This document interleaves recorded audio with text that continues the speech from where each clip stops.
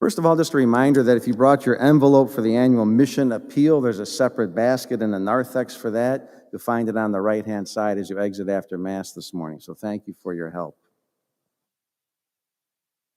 If you spend any time in Boy Scouts, one of the outdoor survival skills that you're expected to learn is how to use a compass and a map, at least when I was in Boy Scouts.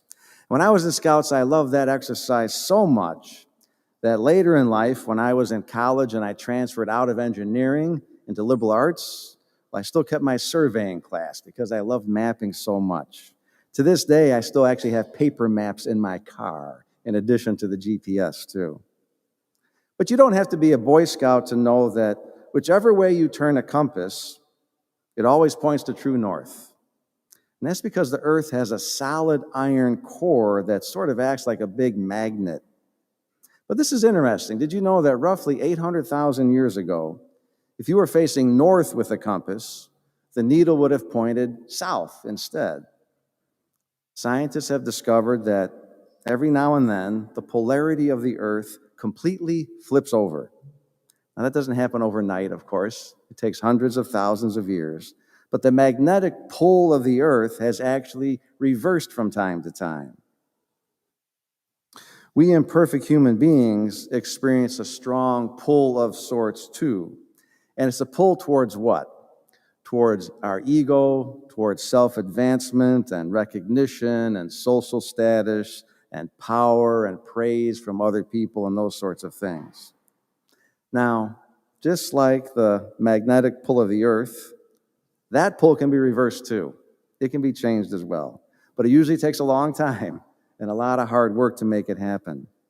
Because our ego, that selfish pull to always put ourselves first in front of everyone else, of course, is very resistant to flipping over. You know, any parent, for instance, can tell you how hard it is to convince an older child to let a younger sibling be first in anything at any time for any reason, right? Even as adults, there's a strong pull for status and for being first all the time. And the same was true in Jesus' day too, where status and recognition depended on having connections with someone higher up on the social ladder, doing favors for them so that they would have to return the favor sometime down the road. Today's gospel along those lines tells us about James and John leaving their fishing livelihood behind in order to follow Jesus. And they believed that Jesus was going to be the new king of the Jews, an earthly king. And they expected some kind of favor from Christ in return for their loyalty. So they're saying to Jesus today, okay, we've left everything to follow you, so when you rise into power, make sure that we're sitting at your right and at your left.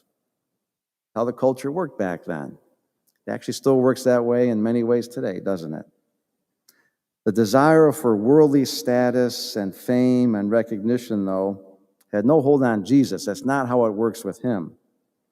The magnetic pull, as it were, within Christ was in the opposite direction, away from himself, toward other people, toward you and me, especially people who are forgotten and vulnerable and ignored. At Jesus' core was a deep compassion for anyone who was suffering, anyone who was poor, anyone who's neglected. And in that reversed polarity of his kingdom, it would be those folks who matter the most. And in his kingdom, as he says today, the leaders will not be driven by the desire for power and authority and control and prestige, but by a desire to serve people, to be of service. In other words, the kingdom of God is truly a world that's turned upside down, completely flipped. The exact opposite of what we too often see in our world and our culture today. Jesus wanted to be remembered as not someone who ruled, but as someone who served.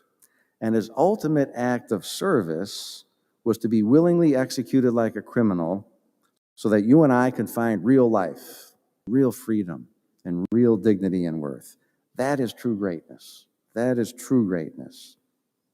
Now, as his followers, we're challenged to do the same thing, to drink from the same cup, as he says today. That is, to serve others with joy without expecting anything in return, nothing in return from them. That's hard to do. It's difficult to do because you and I are products of a culture that is still obsessed with status, recognition.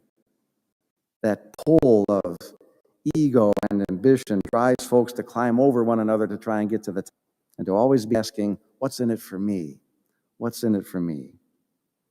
But Jesus, again, says to the apostles and to you and I today, it shall not be so among you. If you want to be Christians in name only, Jesus is saying, it shall not be so among you. You know, when we were baptized, and every time that we receive Holy Communion, Jesus is inviting us to flip that imperfect polarity that's inside of us so he can establish his throne in our hearts, where too often our egos have kind of been holding court, right?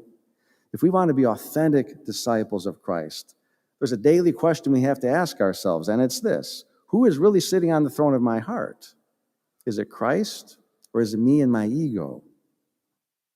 The call of Christ is to joyfully and freely serve others without expecting anything in return. Now, yes, that can cost us, right? That can cost us, because selfless and generous and giving people are always going to be the nobodies of society, you know, where so many folks are looking out for themselves. But through faith, we also know that that kind of sacrifice, that kind of service is going to be rewarded one day by God himself in his way and in his time. And then we'll clearly see just how far the so-called glamour of this world falls short of real glory.